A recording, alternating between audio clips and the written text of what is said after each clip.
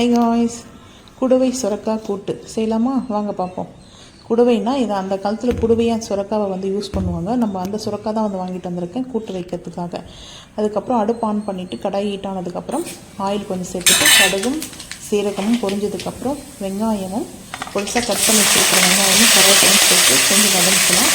சுரக்காய் வந்து சாப்பிட்றதுனால நீங்கள் நல்லா வெயிட் லாஸ் வரும். ஸோ அது வந்து தெரிஞ்சவங்க வந்து பார்த்திங்கன்னா அதிகமாக சுரக்காய் சாப்பிடுவாங்க வெயிட் லாஸ்க்காக. நான் வந்து பார்த்திங்கன்னா அதுக்காக தான் மெயினாக வந்து எடுத்துருக்கேன் அந்த ஃபுட்டை. ஸோ அதுக்கப்புறம் பாசி பருப்பு வந்து எடுத்துருக்கேன். பாசி பருப்பு வந்து கொஞ்சம் வந்து தண்ணி ஊற்றி நல்லா வாஷ் பண்ணிவிட்டு ஒரு ஆயில் மட்டும் ஒரு ட்ராப் ஊற்றிருக்கேன். ஏன்னா பருப்பு சீக்கிரம் குக் ஆகிடும். தக்காளி போட்டு கொஞ்சம் வதக்கலாம். ஏன்னா வெங்காயம் வந்து பார்த்திங்கன்னா வதங்கிச்சு. தக்காளி போட்டு வதங்கினதுக்கப்புறம் பெருங்காயம் வந்து மெயினாக தேவை. நான் வந்து காஷ்மீரி மிளகாய் பவுடர் மட்டும் தான் எடுத்துருக்கேன். கொஞ்சமாக மஞ்சள் ஒரு பிஞ்ச் அளவுக்கு எடுத்துருக்கேன். இதில் வந்து எந்த மசாலா வந்து ஆட் பண்ணல, இஞ்சி பூண்டு பேஸ்ட்டு, அவ்வளோதான். இது வந்து வதங்கினதுக்கப்புறம் வந்து பார்த்திங்கன்னா நம்ம சுரக்காய் வந்து பொடிசாக கட் பண்ணி எடுத்து வச்சுருக்கோம். அந்த நம்மளுக்கு எந்த சைஸில் வேணுமோ அந்த சைஸில் சுரக்காய் வந்து கட் பண்ணி மேலே இருக்க ஸ்கின் எடுத்துடணும், உள்ளே இருக்க அந்த பல்ப்பை எடுத்துகிட்டு நான் வந்து கட் பண்ணி வச்சுருக்கேன். அதுக்கப்புறம் வந்து சேர்த்துட்டு கொஞ்சம் வதங்கிட்டு தண்ணி வந்து ஆட் பண்ணிக்கலாம். ஏன்னா குக் ஆகணும். ஸோ அதுக்காக வந்து தண்ணி வந்து ஆட் பண்ணிக்கலாம். தண்ணி ஊற்றி நம்ம வந்து கொஞ்சம் நேரம் வந்து பார்த்திங்கன்னா மிக்ஸ் பண்ணிவிட்டு மூடி போட்டுட்டோம்னா அந்த கேப் போட்டு நான் வந்து கல் உப்பு கொஞ்சம் சேர்த்துட்டு தான் வந்து மூடி போட்டு அதுக்கப்புறம் வந்து பார்த்திங்கன்னா கொஞ்சம் நேரம் குக் ஆகணும். பாசி பருப்பு எனக்கு வந்து பார்த்திங்கன்னா குக் ஆகிடுச்சு குக்கரில். ஸோ அதுக்கப்புறம் வந்து பார்த்திங்கன்னா பாசி பருப்பு வந்து தண்ணி கொஞ்சம் வந்து பார்த்திங்கன்னா வற்றிடும். ரொம்ப தண்ணியாக இருக்கக்கூடாது கூட்டுக்கு, அது வந்து சாம்பார் ஆகிடும். அதுக்கப்புறம் பாசி பருப்பும் நான் ஃபைனலாக வந்து பார்த்திங்கன்னா கொரியாண்டர் அதாவது கொத்தமல்லி வந்து சேர்த்துட்டு நல்லா ஒரு மிக்ஸ் பண்ணிவிட்டு இது மேலே நம்ம வேணும்னா நெய் கூட ஒரு ஸ்பூன் வந்து அதுக்கப்புறம் ஆட் பண்ணிக்கலாம். நம்ம வேணும்னா டேஸ்ட் சூப்பராக. நான் வந்து ஒரு பவுலுக்கு வந்து பார்த்திங்கன்னா ட்ரான்ஸ்ஃபர் பண்ணிட்டேன். பூரிக்காக செஞ்சேன் மார்னிங் பிரேக்ஃபாஸ்ட்டுக்கு. ஸோ டேஸ்ட் அல்டிமேட்டாக இருக்கும். ரொம்ப ரெசிபி வந்து சிம்பிள் தான். இது ரைஸ்க்கு கூட அவ்வளோ அருமையாக இருக்கும். வந்து பார்த்திங்கன்னா தோசை இட்லி காம்பினேஷன் சூப்பராக இருக்கும். ஆனால் பூரிக்கு சூப்பராக இருந்துச்சு. இது வந்து நார்த் இந்தியன் ஸ்பெஷல் தான். டேஸ்ட்டாக அருமையாக இருந்தது. இந்த மாதிரி உங்களுக்கு பிடிச்சிச்சுன்னா மறக்காமல் வந்து சேனல் வந்து சப்ஸ்கிரைப் பண்ணுங்கள். Thank you. High guys, energy drink தான் வந்து எடுத்திருக்கேன். கண்ணாடி பாட்டிலில் தான் வந்து எடுத்திருக்கேன். வந்து பார்த்திங்கன்னா கண்ணாடி பாட்டில் இருக்கும்போது நல்லாயிருக்கும். அந்த பார்க்குறதுக்கு ஒரு அட்ராக்டிவாக இருக்கும் இல்லையா? ஸோ அதனால் வந்து பார்த்திங்கன்னா நான் எடுத்திருக்கேன். எனக்கு பிடிக்கும். ஸோ நான் அதனால் எடுத்திருக்கேன். உங்களுக்கு எந்த பாட்டில் வேணுமோ அந்த பாட்டில் நீங்கள் எடுத்துக்கோங்க. ஃபஸ்ட்டு வந்து பார்த்திங்கன்னா லெமன், பெரிய சைஸ் லெமன் கட் பண்ணி எடுத்திருக்கேன். ஸ்லைஸாக கட் பண்ணியிருக்கேன். அதுக்கப்புறம் வந்து பார்த்திங்கன்னா கருவேப்பிலை லீஃப் வந்து எடுத்திருக்கேன். கருவேப்பிலை வந்து பார்த்திங்கன்னா எனக்கு பிடிக்கும். தலை சுத்தல்லாம் வந்து வராது கருவேப்பிலை வாட்டர் நம்ம எடுக்கிறதுனால. அதுக்கப்புறம் பீட்ரூட்டும் ஸ்லைஸ் பண்ணியிருக்கேன். அதை ஸ்லைஸ் பண்ணி தான் எடுத்திருக்கேன். கொத்தமல்லியும் புதினாவும் கொஞ்சம் கட் பண்ணி தான் எடுத்திருக்கேன். அந்த லீஃப் வரைக்கும் கட் பண்ணி எடுத்திருக்கேன். புதினா மட்டும் கொஞ்சம் வந்து அந்த சேர்த்துருக்கேன். நிறைய கொஞ்சம் கூட சேர்த்துருக்கேன். கம்மியாக இல்லாமல் கொஞ்சம் கூட சேர்த்துருக்கேன். புதினாவுடைய ஸ்மெல் நல்லா இருக்கும்ன்ட்டு. உங்களுக்கு எந்த அளவுக்கு வேணுமோ உங்களுக்கு எந்த ஸ்மெல் பிடிக்குமோ அந்த ஸ்மெல் எடுத்துக்கோங்க. அதுக்கப்புறம் கல் உப்பு வந்து ஒரு பிஞ்ச் அளவுக்கும். சுகர் வந்து நான் கம்பல்சரி வந்து எடுப்பேன். எனர்ஜி ட்ரிங்க்கில் எனக்கு சுகர் வந்து ஒரு பிஞ்சாவது இருக்கணும். ஏன்னா அந்த ஸ்வீட்னஸும் அந்த நம்ம புளிப்பு இருக்கும் இல்லையா? ஸோ அதனால் வந்து அதுக்கப்புறம் வந்து பார்த்திங்கன்னா நார்மல் வாட்டர், ஆரோ வாட்டர், நான் வந்து ஆரோ வாட்டர் எடுத்திருக்கேன். அது பார்த்திங்கன்னா நல்லா ஷேக் பண்ணிவிட்டு நான் அது ஒரு 4 ஹவர்ஸில் 5 ஹவர்ஸ் கழிச்சு தான் வந்து நான் ஓப்பன் பண்ணேன். பீட்ரூட் வந்து பார்த்திங்கன்னா ரொம்ப நல்லது. ஸோ அந்த லெமனோட அந்த பீட்ரூட் மிக்ஸ் ஆகி நல்லா அந்த கலர் வந்து பார்த்திங்கன்னா ஒரு மாதுளம் பழம் ஜூஸ் எப்படி இருக்குமோ சேம் அந்த மாதிரி வந்து பார்த்திங்கன்னா நல்லா ஜூஸோடைய ஃபீல் கிடைக்கும். ஸோ அந்த கலர் வந்து நேச்சுரலாக இருக்கும்போது ரொம்ப பார்க்கும்போது அப்படியே ஹாப்பியாகிடுச்சு. ஸோ அந்த மாதிரி இருக்கும் வந்து பார்த்திங்கன்னா கலர். நான் ஒரு 5 ஹவர்ஸ் கழிச்சு தான் வந்து பார்த்திங்கன்னா வாட்டர் எடுத்தேன். நீங்கள் வந்து எனர்ஜி ட்ரிங்க் எடுக்கிறதுனால ரொம்ப நல்லது. ஏதாவது ரொம்ப லோவாக இருக்கிறவங்க, அதாவது எனர்ஜி லோவாக இருக்கும்போது இந்த மாதிரி நம்ம எனர்ஜி ட்ரிங்க் எடுக்கும்போது நல்லாயிருக்கும். ஸோ இந்த வீடியோ பிடிச்சிச்சுன்னா மறக்காமல் வந்து சேனல் சப்ஸ்கிரைப் பண்ணுங்கள். தேங்க்யூ. மருந்து கடையில் வந்து தேங்காய் வந்து வாங்கணும். 6 தேங்காய், 20 ரூபா ஒரு தேங்காய் சொல்லிட்டு 6 தேங்காய் வாங்கணும். 2 தேங்காய் வந்து பார்த்திங்கன்னா நாங்கள் ஊருக்கு வந்து எடுத்துகிட்டு போனோம். அங்கே வந்து நான்வெஜ் கிரேவி செய்கிறதுக்கு நான் ஊருக்கு போகும்போது தான் வந்து வாங்கிட்டு போனோம். அதுக்கப்புறம் வரும்போது வந்து பார்த்திங்கன்னா ஜிஞ்சர் கார்லிக் பேஸ்ட் ஜோயா பிராண்டில் வந்து 3 வாங்கணும். 140 வந்து ரேட்டு, 120 ஃபைனலாக கொடுத்தாங்க. அதுக்கப்புறம் வந்து இளநீர் வந்து வாங்கணும். இளநீர் வந்து பார்த்திங்கன்னா 1 வந்து 25 ரூபா. ஸ்ட்ரீட்டில் தான் வந்து பார்த்திங்கன்னா வந்து ஒரு அக்கா சேல் பண்ணுறதாங்க. அவங்ககிட்டே பப்பாளியும் வந்து வாங்கணும். 6 இளநீர் வந்து வாங்கினேன். ஒரு பப்பாளி வந்து 55 ரூபா கிலோ வெயிட் போட்டு தான் கொடுத்தாங்க. அதுக்கப்புறம் வந்து மண்பானை வந்து வாங்கினேன் 55 ரூபா சொல்லிட்டு. அது வந்து தயிர் எல்லாம் வந்து துவை வைக்கிறதுக்காக. அகல் மாதிரி வாங்கினது வந்து பார்த்திங்கன்னா விளக்காவும் யூஸ் பண்ணிக்கலாம். நம்ம வந்து உருளி மாதிரி யூஸ் பண்ணிக்கலாம். தண்ணி அது வந்து சென்டரில் தண்ணி வச்சுட்டு ஃப்ளவர் போடலாம். ஸோ அந்த மாதிரி வந்து வாங்கினேன். அது வந்து பார்த்திங்கன்னா 1 30 ரூபா 60 ரூபா வந்து வாங்கினேன். 2 ஒரு செட்டு வந்து பார்த்திங்கன்னா. ஸோ எதுக்காக நான் இந்த வீடியோ வந்து ஷேர் பண்ணுறேன்னு பார்த்தீங்கன்னா, இன்றைக்கி சாட்டர்டே மார்னிங் வந்து பார்த்திங்கன்னா நம்மளுக்கு வந்து யூடியூப் சேனலில் வந்துட்டு ஸ்டூடியோ வந்து இருக்கும், யூடியூப் ஸ்டூடியோன்னு சொல்லிட்டு வந்து பார்த்தீங்கன்னா நம்மளுக்கு வந்து இருக்கும், வியூவர்ஸ்லாம் எவ்வளோ இருக்குன்னு சொல்லிட்டு. நான் வந்து பார்த்தீங்கன்னா கொஞ்ச நாளைக்கு முன்னாடி நாங்கள் வீடு ஷிஃப்ட் பண்ணுற சொல்லிட்டு போட்டிருந்தோம். ரீசன் வந்து பார்த்தீங்கன்னா அதுக்கு சொல்கிறேன். கொஞ்ச நாளைக்கு முன்னாடி ஒரு கமெண்ட் வந்துச்சு, தேவையில்லாமல் சில வார்த்தைகள் போட்டு எப்போ நீங்கள் வீடு காலி பண்ண போகிறீங்க அப்படின்னு ஒரு கமெண்ட் போட்டு டெலீட் பண்ணிட்டாங்க. ஸோ அது பார்த்தீங்கன்னா இன்னைக்கு காலையில் சாட்டர்டே இது வந்து நாங்கள் வந்து வீடு வந்து ஷிஃப்ட் பண்ணுறது இல்லை. இப்போது நாங்கள் வந்து கிளினிக் ஒர்க் மந்த்லி ஒன்ஸ் வந்து பார்த்தீங்கன்னா செய்வோம் இல்லையா. ஸோ அதனால அது கிளினிக் ஒர்க் தான் வந்து பார்த்துட்ருக்கோம். ஸோ எதுக்காகனா இப்போ வீடு காலி பண்ற சொல்லி போட்டிருந்தீங்களே, இன்னுமா வீடு ஷிஃப்ட் பண்ணல நீங்க அப்படின்னு சொல்லிட்டு போட்டு அந்த கமாண்டை டெலீட் பண்ணிட்டாங்க. வீடு காலி பண்ணதான் போறோம், இங்கே வந்து இருக்க போறது இல்ல. இது எங்களுக்கு ரெண்ட் வீடுன்னு நான் எவ்வளோ டைம் வந்து உங்களுக்கு இந்த வீடியோல நான் நிறைய டைம் வீடியோ சொல்லியிருக்கேன். இது எங்க சொந்த வீடு கிடையாது, நாங்கள் ரெண்ட் வீடு தான் இருக்கோம்னு சொல்லிட்டு நான் சொல்லியிருக்கேன். ஸோ எதுக்காகன்னா இப்போ போட்டு டெலீட் பண்ணிட்டாங்க.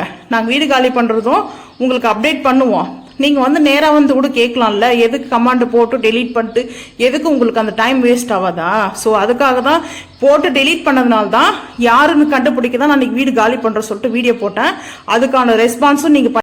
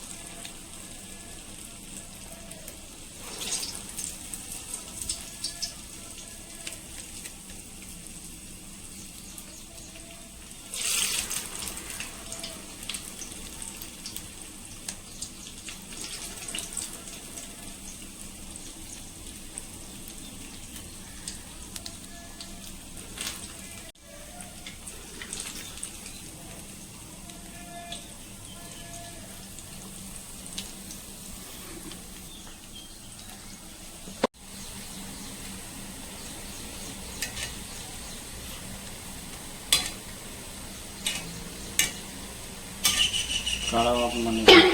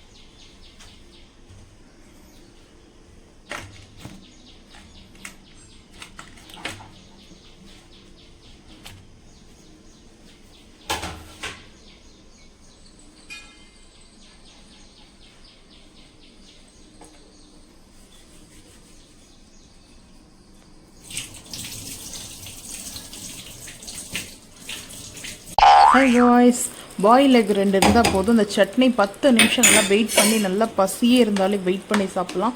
ஸோ அந்த அளவுக்கு டேஸ்ட்டாக அல்டிமேட்டாக இருக்கும். நீங்கள் வந்து இந்த மாதிரி செஞ்சு பார்த்துட்டு மறக்காமல் வந்து கமெண்ட் பண்ணுங்க. யாரெல்லாம் செஞ்சு சாப்பிட்ருக்கீங்களும் கமெண்ட் பண்ணுங்கள். ஸோ ஃபஸ்ட்டு வந்து பார்த்தீங்கன்னா ஃபர்ஸ்ட் ஆஃப் ஆல் அடுப்பு ஆன் பண்ணிவிட்டு நம்ம வந்து நான்ஸ்டிக் ஃபேன் தான் எடுத்திருக்கேன். ஆயில் வந்து சேர்த்துக்கிறேன். நம்மளுக்கு வந்து சாட்டேஜ் பண்ணணும். சாட்டேஜ் பண்ணுற அளவுக்கு நான் வந்து ஆயில் எடுத்திருக்கேன். ஸோ இப்போ ஆயில் ஹீட் ஆனதுக்கப்புறம் கடுகு, உளுத்தம்பருப்புலாம் நான் வந்து எடுத்து வச்சுருக்கேன். 2 பாயில் எக்கு மட்டும் தான் எடுத்திருக்கேன். இந்த பாயில் எக்கு பார்த்தீங்கன்னா அவ்வளோ அருமையாக இருக்குது. ஆனால் எக்கு சேர்த்த மாதிரியே வந்து பார்த்தீங்கன்னா டிஃப்ரெண்ட் தெரியல சட்னி. கடுகு, உளுத்தம்பருப்பு, வேர்க்கடலை வந்து பார்த்தீங்கன்னா ரோஸ்டர் வந்து பீனட் சேர்த்துருக்கேன். அதுக்கப்புறம் காஞ்சி மிளகாய். நான் வந்து கொஞ்சம் காரம் வேணும்னு சொல்லிட்டு தூக்கலாக கொஞ்சம் பைசஸ்க்கு வந்து வச்சுருக்கிறேன். காஞ்சி மிளகாய் வந்து பார்த்தீங்கன்னா காரத்துக்காக மட்டும்தான் காஞ்சி மிளகாய். ஸோ உங்களுக்கு வேணும்னா கம்மி பண்ணிக்கோங்க. இது ரெட் சில்லி தான் வந்து செய்ய முடியும். க்ரீன் சில்லி வந்து நான் செஞ்சதில்லை. நீங்கள் வேணும் ட்ரை பண்ணி கூட பாருங்கள். ஸோ அதுக்கப்புறம் வந்து பார்த்திங்கன்னா கொஞ்சம் பீனட் வந்து நம்ம அந்த ரோஸ்டர் சேர்த்துட்டு அதுக்கப்புறம் பூண்டு நல்லா எக்ஸ்ட்ரா சேர்த்துருக்கேன். கொஞ்சம் பூண்டு நல்லா வதங்கினதுக்கப்புறம் வெங்காயமும் தக்காளியும் நம்ம வதக்கிக்கலாம். நல்லா ஓரளவுக்கு வதங்கணும். ஒரு பார்த்திங்கன்னா கொஞ்சம் வதங்கினதுக்கப்புறம் தான் நம்ம வந்து ஒரு 5 நிமிஷம் இருக்கிற வதங்கினது பார்த்திங்கன்னா நம்ம வந்து அடுப்பு ஆஃப் பண்ணல. ஸோ அந்த டைமில் தான் எக் வந்து செய்யணும். ஸோ அந்த டிஷ்ஷுக்கான தேவையான அளவுக்கு நான் வந்து சால்ட்டு வந்து ஆட் பண்ணியாச்சு.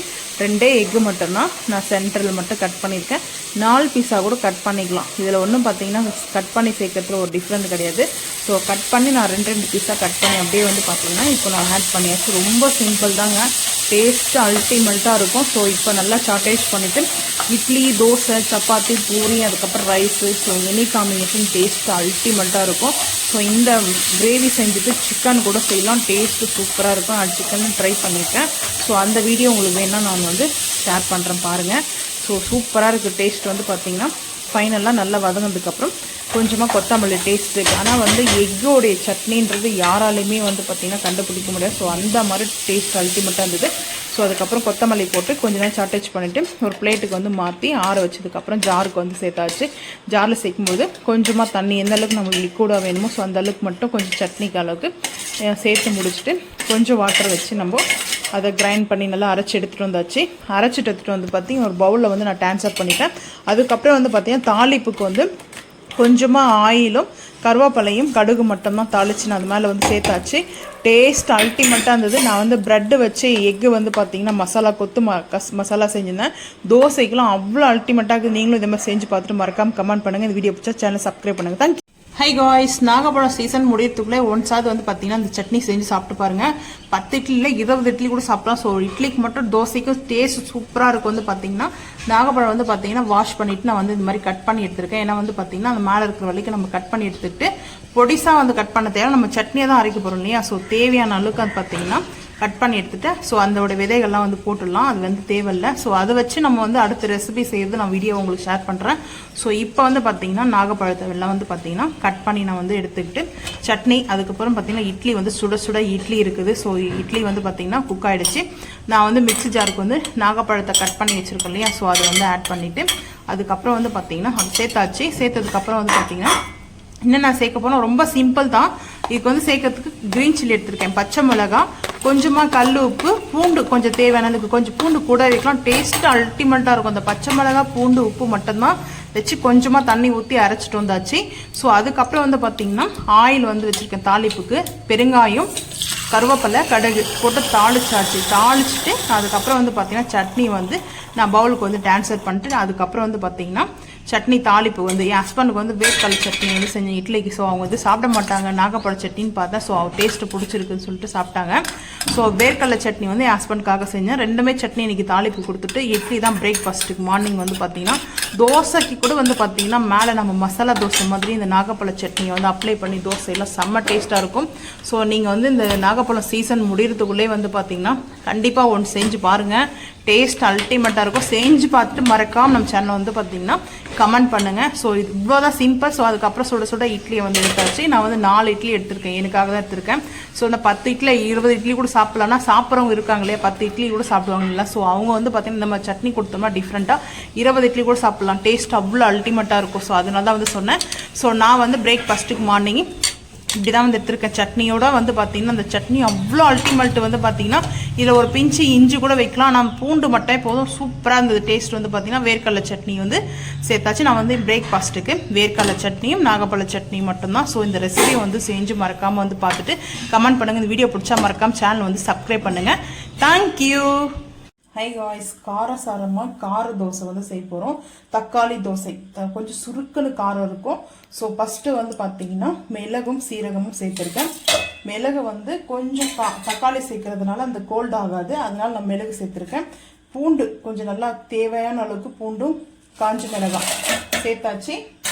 தக்காளி வந்து பார்த்தீங்கன்னா வாஷ் பண்ணி கட் பண்ணி வச்சுருக்க தக்காளியை சேர்த்து அரைச்சிட்டு வந்துடலாம்.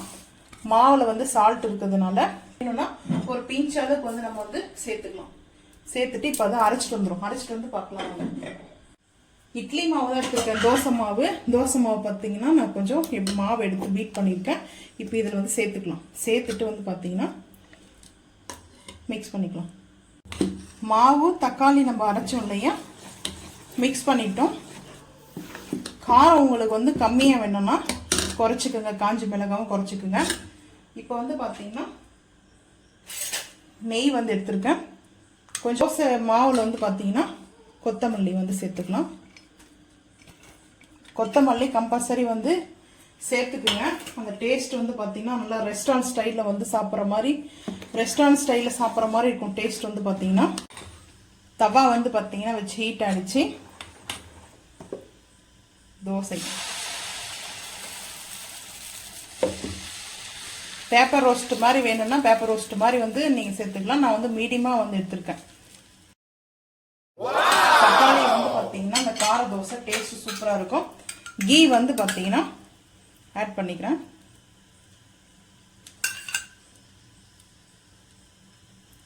எப்போ ஒரு டைம் தான் வந்து பார்த்தீங்கன்னா கீ வந்து நாங்கள் ஆட் பண்ணுவோம் அதிகமாக.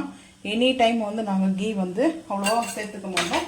ஸோ டெய்லி வந்து நம்ம யூஸ் பண்ணுறது இல்லை இல்லையா. ஸோ இப்போ வந்து பார்த்தீங்கன்னா கேப் வந்து போட்டாச்சு. கேப் ஓப்பன் பண்ணிட்டு அந்த கீ வந்து பார்த்தீங்கன்னா இந்த மாதிரி ஒரு ப்ரஷ் வச்சுருக்கேன். ஸோ இதில் வந்து அப்படியே அப்ளை பண்ணிக்கலாம். கம்பல்சரி இது அப்ளை பண்ணலாம் அப்படின்லாம் கிடையாது. ஸோ நான் அந்த மாதிரி சும்மா ஈவனாக வந்து கீ வந்து இது பண்ணுறேன். ஸோ இப்போ பாருங்கள், சூப்பராக வந்து தக்காளி தோசை. இந்த தோசைக்கு வந்து பார்த்தீங்கன்னா சட்னி, நம்ம சட்னி இல்லாமல் வந்து சாப்பிடலாம். இந்த நான் வந்து சட்னி செஞ்சுருக்கேன். சட்னி வேணும்னா கம்பல்சரி வந்து கிடையாது. சூப்பராக இருக்கும், டேஸ்ட் அல்டிமேட்டாக இருக்கும். ஸோ அதுக்கப்புறம் பிளேட்டிங் வந்து பார்த்துக்கலாம் வாங்க. தக்காளி வந்து தோசைக்கு தக்காளி தொக்கே வந்து செஞ்சுருக்கேன். தொக்கு வந்து என் ஹஸ்பண்டுக்கு ரொம்ப பிடிக்கும். எனக்கு வந்து தோசைக்கு தக்காளி தொக்கு ரொம்ப பிடிக்கும். ஸோ அந்த தக்காளி தோசை வந்து பார்த்தீங்கன்னா நல்லா சுள்ளுன்னு காரசாரமாக ஒரு பைசியான ஒரு தக்காளி தோசை. இதுக்கு சைடிஸே தேவை கிடையாது. இருந்தாலும் நான் சும்மா வந்து தக்காளி தொக்கு வந்து செஞ்சுருக்கேன். டேஸ்ட் அல்டிமேட்டாக இருக்குது. ஸோ நீங்களும் இதே மாதிரி செஞ்சு பார்த்துட்டு மறக்காமல் வந்து கமெண்ட் பண்ணுங்கள். இந்த வீடியோ பிடிச்சா மறக்காமல் சேனல் வந்து சப்ஸ்கிரைப் பண்ணுங்கள். தேங்க்யூ. Amazing.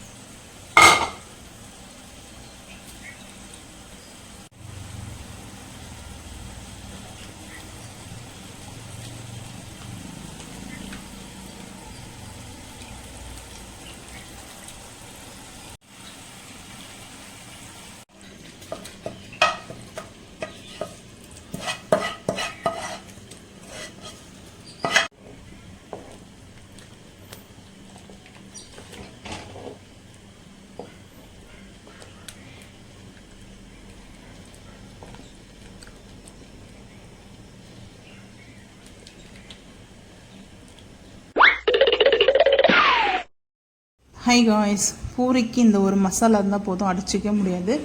ஸோ என்ன மசாலா செய்ய போகிறோன்னு வந்து பார்த்தீங்கன்னா, ஃபர்ஸ்ட் வந்து அடுப்பு ஆன் பண்ணிவிட்டு நாஸ்டிக் ஃபேன் வச்சுருக்கேன். ஆயில் வந்து சேர்த்தாச்சு. ஆயில் சேர்த்ததுக்கப்புறம் கடுகு, சோம்பு, உளுத்தம்பருப்பு, கடலைப்பருப்பு சேர்த்து கொஞ்சமாக பொன்னிறமாக வந்து பார்த்திங்கன்னா பொரிச்சிக்கலாம். ஸோ அது பொரிஞ்சதுக்கப்புறம் வந்து பார்த்திங்கன்னா பெருங்காய பவுட்ரு வந்து எடுத்திருக்கேன். ஸோ நீங்கள் வந்து கிறிஸ்டல் வந்து சேர்க்குறதா இருந்தால் வந்து பவுட்ராக பண்ணிக்கோங்க, ஏன்னா வந்து கரையாது. ஸோ அதுக்கப்புறம் வந்து பார்த்திங்கன்னா ஆனியன் வந்து வெங்காயம் பொடிசாக கட் பண்ணியிருக்க வெங்காயம் சேர்த்துட்டு கொஞ்சம் வதக்கில் கொடுத்ததுக்கப்புறம் பச்சை மிளகாய் அந்த எவ்வளோ காரம் வேணுமோ ஸோ அந்த அளவுக்கு காரத்துக்கு க்ரீன் சில்லி நான் வந்து கட் பண்ணி எடுத்துருக்கேன். கொஞ்சம் பைசஸாக சாப்பிடணுன்ட்டு தான் நான் வந்து க்ரீன் சில்லி கொஞ்சம் கூட சேர்த்துருக்கேன். சேர்த்துட்டு கொஞ்சம் வதங்கினதுக்கப்புறம் சால்ட்டு வந்து ஆட் பண்ண போகிறேன். ஏன்னா பொட்டேட்டோ வந்து பார்த்திங்கன்னா பாயில் பண்ணும்போதே சால்ட்டு வந்து நான் வந்து ஆட் பண்ணிட்டேன். ஆட் பண்ணி தான் வந்து பார்த்திங்கன்னா பொட்டேட்டோ வந்து பாயில் பண்ணி எடுத்துருக்கேன். இப்போ சால்ட்டு மட்டும் கொஞ்சமாக வெங்காயம் வதக்குளுக்கு மட்டும் கொஞ்சம் சால்ட் சேர்த்து வதக்கிட்டு அதுக்கப்புறம் நம்ம வந்து பார்த்திங்கன்னா பாயில் பண்ணி வச்சுருக்கிற பொட்டேட்டோவை வந்து ஆட் பண்ணிக்கலாம். ஸோ பொட்டேட்டோ வந்து பார்த்திங்கன்னா லிக்விடாக வேணும்னா நம்ம வந்து கொஞ்சம் வாட்டர் ஆட் பண்ணிக்கலாம். நான் வந்து லிக்விடாக வந்து செஞ்சுருக்கிறதுனால தான் ஸோ வந்து இந்த பொட்டேட்டோ கறி வந்து செஞ்சுருக்கேன். டேஸ்ட் அல்டிமேட்டாக இருக்கும். இதில் வந்து தக்காளியும் இஞ்சி பூண்டு பேஸ்ட்டை ஆட் பண்ணவே கூடாது. ஸோ ஆட் பண்ணாமல் நீங்கள் டேஸ்ட் பண்ணி பாருங்கள், சூப்பராக இருக்கும். நான் எதனாலன்னா நாங்களே பொட்டேட்டோ கறி மசாலா வந்து ரெடி பண்ணிட்டுருக்கோம். ஸோ அந்த மசாலா ரெடி பண்ணுற மசாலா வச்சு தான் நான் வந்து பொட்டேட்டோ கறி வந்து செஞ்சுருக்கேன். டர்மரிக் பவுடர் வந்து ஒரு 2 பிஞ்ச் அளவுக்கு வந்து எடுத்துருக்கேன். மஞ்சத்தூள் வந்து சேர்த்தாச்சு. அதுக்கப்புறம் பொட்டேட்டோவை பாயில் பண்ணி வச்சுருக்கிறத சேர்த்து முடிச்சுட்டு நம்ம வந்து கொஞ்சமாக ப்ரெஸ் பண்ணுற மாதிரி, அதாவது நம்ம வந்து மேன்ற அளவுக்கு மசிச்சிக்கலாம். ஸோ அப்படியே கிழங்கா வேணும்னா கூட கிழங்கா வந்து வச்சு கூட பூரிக்கு சாப்பிட்லாம். அது உங்களோட விஷயம் தான். நான் வந்து பார்த்திங்கன்னா கொஞ்சம் வாட்டர் வந்து ஒரு 1/2 டம்ளர் அளவுக்கு தண்ணி சேர்த்துருக்கேன். சேர்த்துட்டு கொஞ்சம் லிக்விடாக வந்து பார்த்திங்கன்னா ஒரு கிரேவி டெக்ஸ்சரில் இருக்கும். ஸோ டேஸ்ட்டும் ரொம்ப நல்லாயிருக்கும். ரொம்ப கிரேவியாக இருக்காது, ரொம்ப வந்து பார்த்திங்கன்னா டைட்டாக இருக்காது. ஸோ இந்த அளவுக்கு வந்து பார்த்திங்கன்னா இருக்கும். அதுக்கப்புறம் கொத்தமல்லி ஃபைனலாக கொஞ்சம் தான் வந்து கொத்தமல்லி இருந்தது. புதினா இருந்தால் புதினா கருவேப்பிலை வந்து ஆட் பண்ணிக்கலாம். கொத்தமல்லி மட்டும் ஆட் பண்ணிவிட்டு ஃபைனலாக வந்து பார்த்திங்கன்னா அடுப்பு ஆஃப் பண்ணிட்டோம். ஸோ கொஞ்சம் நேரம் வந்து பார்த்திங்கன்னா அந்த ஹீட்டில் இருக்கணும். நம்ம தண்ணி சேர்த்து இருக்கும்ல வாட்டர் வந்து, ஸோ அது ஹீட் ஆகும். ஸோ அதனால தான் இந்த மாதிரி இந்த பொட்டேட்டோ கறி செஞ்சு சாப்பிட்டு பாருங்கள், டேஸ்ட் அல்டிமேட்டாக இருக்கும். பூரிக்கு தான் மார்னிங் வந்து பார்த்திங்கன்னா எங்கள் வீட்டில் பூரிக்கும் பொட்டேட்டோ கறியும் டேஸ்ட் அல்டிமேட்டாக இருக்கும். பொட்டேட்டோ கறி யாருக்கு ரொம்ப பிடிக்குன்றதை மறக்காமல் வந்து கமெண்ட் பண்ணுங்கள். ஸோ இந்த மாதிரி இன்ட்ரெஸ்டான வீடியோ பிடிச்சிருந்துச்சுன்னா மறக்காமல் சேனல் வந்து சப்ஸ்கிரைப் பண்ணுங்கள், பெல் ஐக்கன் வந்து கிளிக் பண்ணுங்கள். அப்போ தான் நம்ம போகிற வீடியோ உங்களுக்கு நோட்டிஃபிகேஷனாக வரும். தேங்க்யூ. Amazing!